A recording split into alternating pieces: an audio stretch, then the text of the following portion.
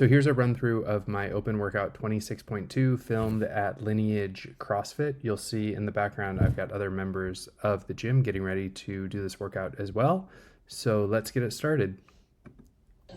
Ready? Matt Hotho, Neuro Moderate Male, workout open 26.2. First off, a range of motion exemption for my... So right off the bat, name, division, what workout we're doing, and then a range of motion exemption for my right arm, which as you can see doesn't lock out all the way, especially under fatigue. So that is documented and will be judged accordingly on the dumbbell snatches. Arm, this is lockout on those dumbbell snatches. Let's show you some measurements. This is my Now we're showing the lunge. 20 feet.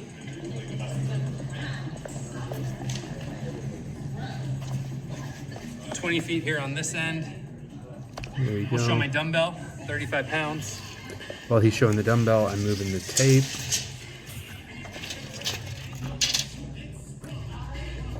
And this is the distance from... Now this is a little funky. Rig, so I'm going 6 feet, so this line is 6 feet from the rig, but that line right there is 5 feet from the rig. So you'll see that it works out for my dumbbells. I'm gonna start here. This is 5 feet away from the rig. I'll keep my dumbbell on that side of that line.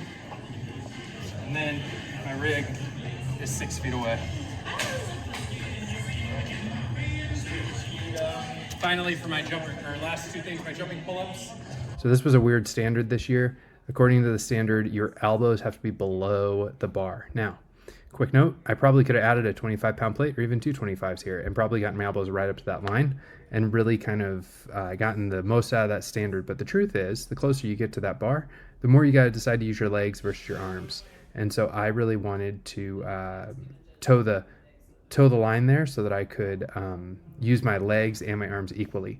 I felt like if I used my legs too much, my arms wouldn't get warmed up. And if I used my arms too much, my arms could get tired before the chest to bar, especially later, which I knew I needed to save them for. So I used my arms and my legs pretty equally. It also helped my arms warm up as we were going through this workout.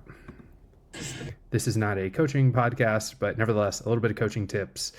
Really try and balance that leg and shoulder fatigue in this workout. I'm using for it. And this is the bar for my chest to bar, my regular pull-ups. All right, and there's my bar for my pull-ups. You'll see that I actually face a different way when I get to the bar. We'll talk about that momentarily. All right, now something important here. I take the phone from my coach and we go put it on the stand. Shake, shake. The reason for that is because this is actually the second time we'd filmed the intro because the last time we filmed it, when he put the phone in the stand, one of the buttons on the side of the phone got hit, and so it turned off the recording. One of the bummers of an iPhone having 4 buttons now on it, you can hit one of them, it'll turn off your recording. So make sure you really gingerly, make sure you treat it gingerly when you put it back in the stand. Baby got LA face with the Oakland. No, Matthew. We're going to keep scrubbing. So you're going to see something else really important happen here. I noticed that, like, wait a second, I got to make sure you can see me at the end of my lunges. So I ask Irma, who's another coach. So now I've got Andy involved, I've got Irma involved, and I'm involved. And so usually it takes about 3 people to get these videos done pretty well. Please come around the camera if you don't mind. And Irma's like, kinda. So we don't want to leave any doubt. So we're going to move it. That would be great. That's okay. Is the clock in? Yeah, you're good. I'm in. Okay, so now we move it. So I'm in the frame, but we also check to make sure the clock is still in the frame because that is critically important. You don't want to do a workout and not have your clock in the frame. For sure. All right, so we're good.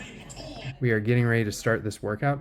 My coach runs over to get my score sheet and then does something kind of cool. Notice what he said there, athletes 30 seconds. So he likes to create an environment where you get a little bit of time before that workout starts, right? Just like it would be in competition. Competition isn't just 10 seconds, right? You have the whole corral, the whole send-off, all that kind of stuff. So sometimes it's nice to think about a little bit of extra time before the workout starts. Make sure you got everything where you need, that you understand what your movements are, that you're where you need to be for the workout. So 3, 2, 1, workout starts.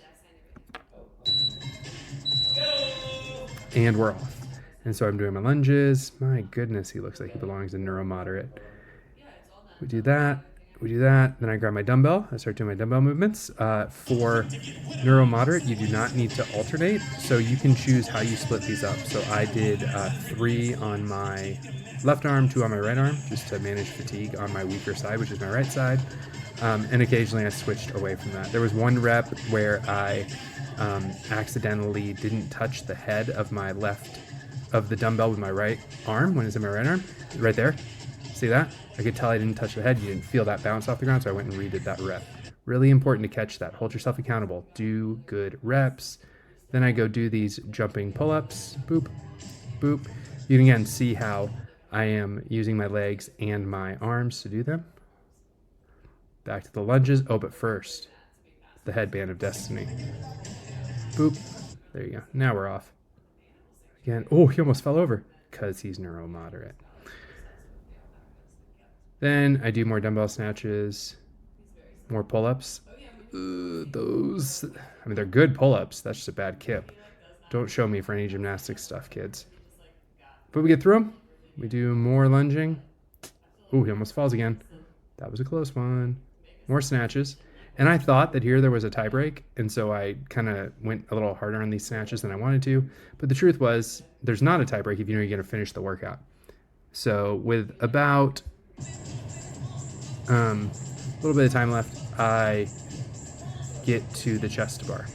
So then we get to the chest bar and we're just doing singles. Boop, boop. Something important here though. There, boom. So you can see I hit the bar there. Something my coach had me do is I was actually, again, kind of going to start facing the other direction. He's like, no, turn the other way.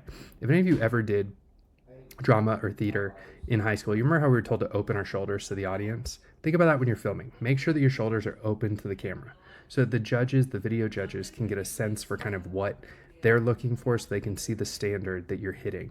If I'd been the other way, it wouldn't have been clear that my chest was hitting the bar here, but because I'm facing this way, it's very clear after this belabored break for a chest to bar that my chest is hitting the bar. Come on, Matthew. Here we go. Boop, like that hit the bar, right? No question. So then we get through all those. And we get a little send off. Guys, I appreciated that one. Thanks for the 20 chest bar. That was a good test.